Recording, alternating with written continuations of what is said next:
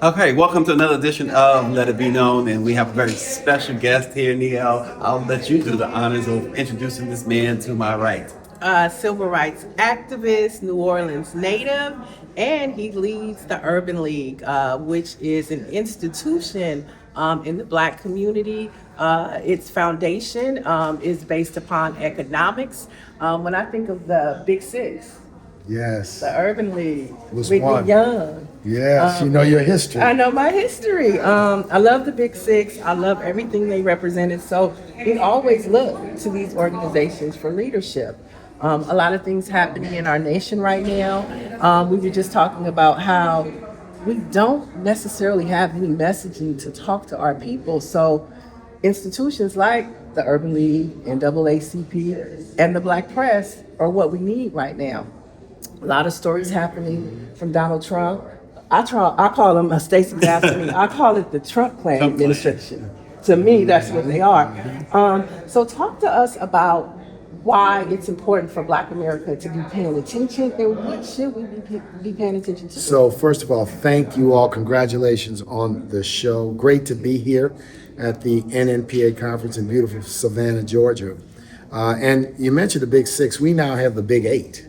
We have a group of 8 legacy civil rights organizations. So it's the National Urban League, the National Action Network, the NAACP, the Legal Defense Fund, the National Council of Negro Women, the Black Women's Roundtable, the National Coalition for Black Civic Participation, and the Leadership Conference for Civil Rights, and the Lawyers Committee for Civil Rights under Law. The 8 of us now have an informal working group inspired by the Big Six. You know, we're all legacy organizational leaders. Every issue is an issue of concern for Black America. Economics, taxes, health, jobs, foreign affairs, digital, technology. These are our issues. We cannot allow or let anyone suggest that Black folks are only interested in A, B, C, and D, and everything else is not our business. Everything's our business. In this moment, we need to understand the damage being done by the 47th President's administration. Right. And we've got to activate against it. Right now, the big issue in D.C. is the big, ugly bill. Right. This fiscal plan, I call it the big, ugly bill. She called it that too, by the way. Because it is ugly in terms of what it would do to people. Cutting Medicaid, cutting education, cutting veterans, all in the name of a tax cut for billionaires, billionaire Americans. And so we're working hard. The more people know about the bill, the more they're willing to put pressure on their members of Congress to vote the bill down, to stop the bill from becoming law, and force Congress to go back and come up with a more sane, a more reasonable, a more balanced fiscal plan. Now, you said the big ugly bill, and we were talking about the DNC and messaging. That's a simple message to change the narrative of the big, beautiful bill. So these are types of things that you brought up, the Big 8, glad to know that they're there. You know, how do we take the big ugly bill and make it something We are tangible? doing our own messaging. Okay, good. And the National Urban League and the Big 8 combined have done meetings with members of Congress, members of the United States Senate, but we're also launching an activation. So here's what we're asking people to do. Call 202-224-3121. That's the Capitol switchboard. Know the name of your member of Congress, your U.S. Senator. Call their office and say, I'm calling to leave a message. Vote against the big ugly bill. What we need is grassroots contact with the offices of members of Congress. That has an impact. They get a daily summary each day on who has called about what and what message they've left. That's important for us to be active. The list of things that this bill would do that are negative is so long. Right. And it is so extensive that we have got to stop it in its tracks. Why are you going to cut health care for children and seniors to give tax relief to people who don't need it, don't want it, and really haven't even asked for it? Now, every year, the Urban League does a state of Black America, the spending power of Black America. How do you activate Black America to use that spending power in a way to make a real change? That's a work in progress, and it's sometimes difficult, but you do see some selective purchasing campaigns. There's one against Target now, right? There are others underway. I think we have to recognize that our spending power is a tool we have, and we need to be cognizant about where we spend money and look for alternatives. And of course, I always encourage people to spend where they can with African American owned businesses. Now you have the access to spending online. You can virtually buy anything. So you can find a vendor who, number one, you feel is responsible. Number two, may be African American. Number three, may be, if they're not African American, committed to the community. Right. So we want to, we know you're short on time, but we want to do a top 5. Yep. Top 5 stories that Black Americans need to be paying attention to. First one, yesterday, Congress member LaMonica McIver appeared in court. She's facing up to 17 years for doing her job, for doing her Black job.